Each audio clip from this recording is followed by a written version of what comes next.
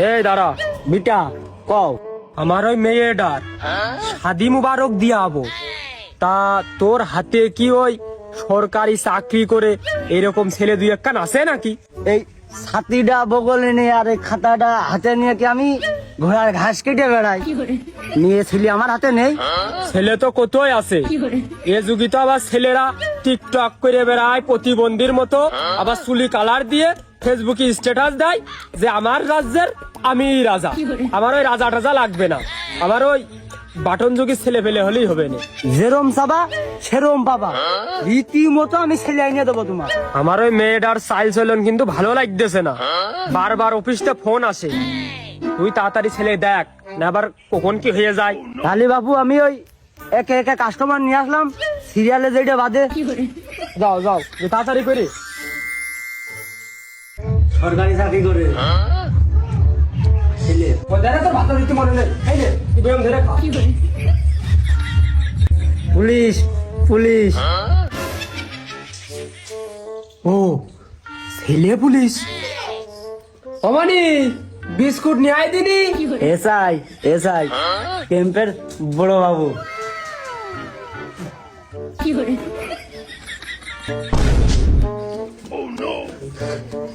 ওগো চামেলির মা, শুনছো? তোমার ওই ডিম পাড়া মুরগিটা কি খাঁচায় আছে? যদি না থাকে দাবড়িয়ে এই মুহূর্তে ধরে জবাই করো। বাবা জীবন, জি তুমি কি মুরগির মাংসের সাথে নারকেল পছন্দ করো? না, আমারও তো সময় নেই। ঘটক সাহেব ওই মেয়েটা দেখানোর লাইন করেন, আমার আবার ডিউটি আছে। আহা বাবা, এ তো ব্যস্ত কিসে? এই বাড়িটা তো এখন তোমারই বাড়ি। আমার ওই মেয়েটার আর কি করে আর পাইয়ে দিলাম না। সে কখন তে কইছি গুছিয়ে বসে থাকবি, ওয়াল টাইম মেকআপ করে গুছিয়ে বসে থাকবি, তাও সে কখন আসবে না।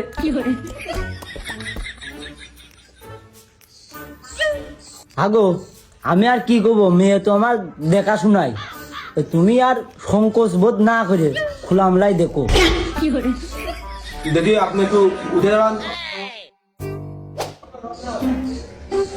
একটু হাঁটেন তো।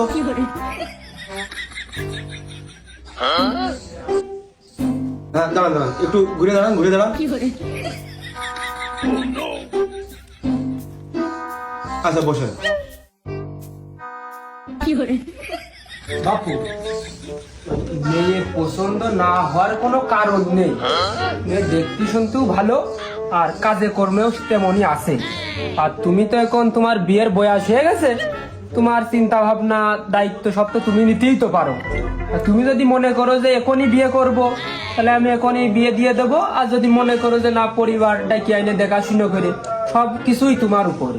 আমার লোকজনের চলাফেরা করতে হয়, ফ্রেন্ড সার্কেল নিয়ে চলাফেরা করতে হয়, 8-10টা লোকজনের সাথে বসা, আর পরিবারের রহমতে আমি কোনো কিছু করতে পারবো না, বুঝেছেন?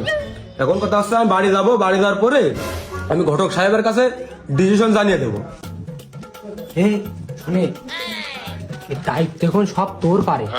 তুই টাকা তোর 200 না, তোর টাকা দেবো আমি 2000।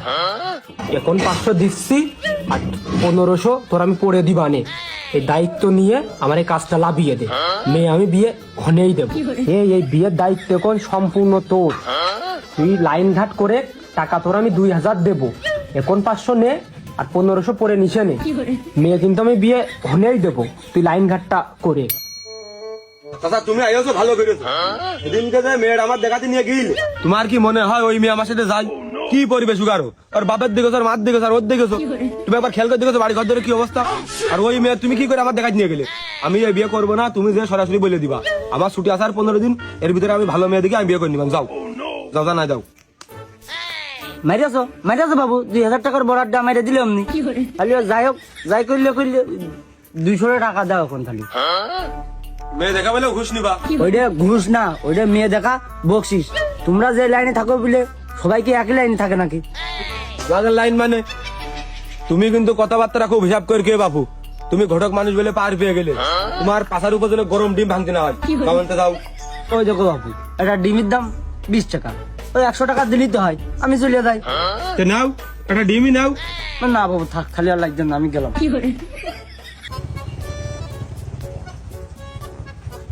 বাবু ও সাত, ওই নামে স্যার নামেন স্যার নামেন এই পাশে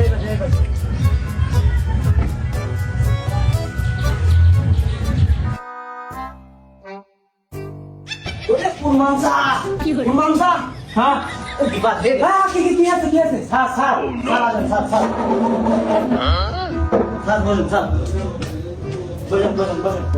কুরমান স্যার বিবাদের শেষ নেই কি হয়েছে? কুরমান স্যার ছেলে হইলো টিওনো বিরাট বড় অফিসার, গাড়ি বাড়ি টাকা থুয়ার কোনো অভাব নেই।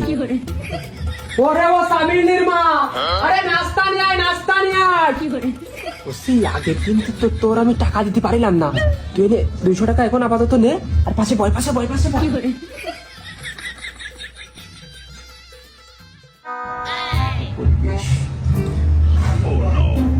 আসলে হাতে সময় কম তো, ওই পাত্রীটা নিয়ে আসেন, আমার আবার অফিস আছে।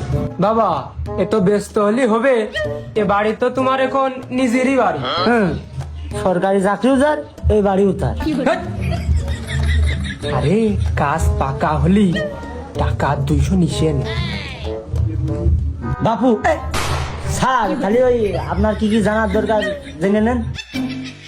ও, তার মানে পড়ালেখা এখনো শেষ করেননি? ঠিক আছে, আপনি যান, ওই তাদের সাথে কথা বলি। আপনি টাকা আসেন। তাহলে বাপু ওই তুমি তার সাথে কথা শেষ করো, আমি ওই গাড়ির মধ্যে যে ঠান্ডা পাতাটা ছেড়ে একটু রেস্ট করি, তোমার সাথে 10 সময় কথা কবা।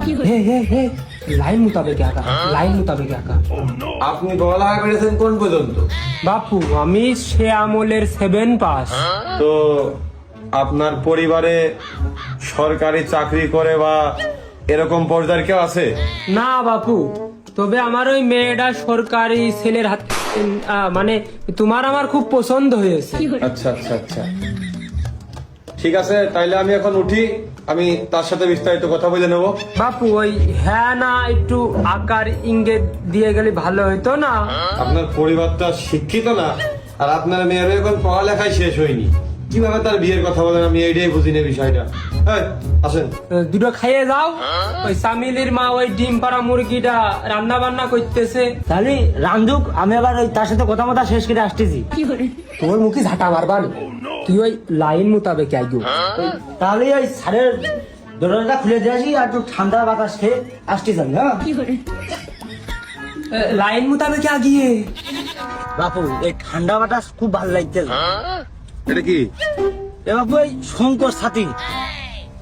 সাথী না? হ্যাঁ আমি কিটা আপনি জানেন না? হ্যাঁ জানেন, তাহলে কি করবো রে? টুপিটাকে খুলে ঠিক। মেয়ের বাপ অশিক্ষিত, বাড়ি ঘর ধর অগুছালো, মেয়ের পড়ালেখা শেষ হয়নি, আপনি এই জায়গায় আমার কোন কায়দায় মেয়ে দেখতে নিয়ে আসলেন?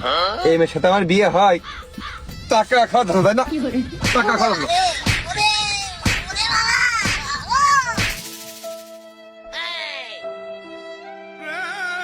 আমার সাথীরা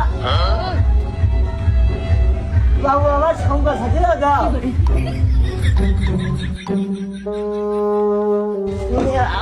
ঘটক তালি করছি আমার।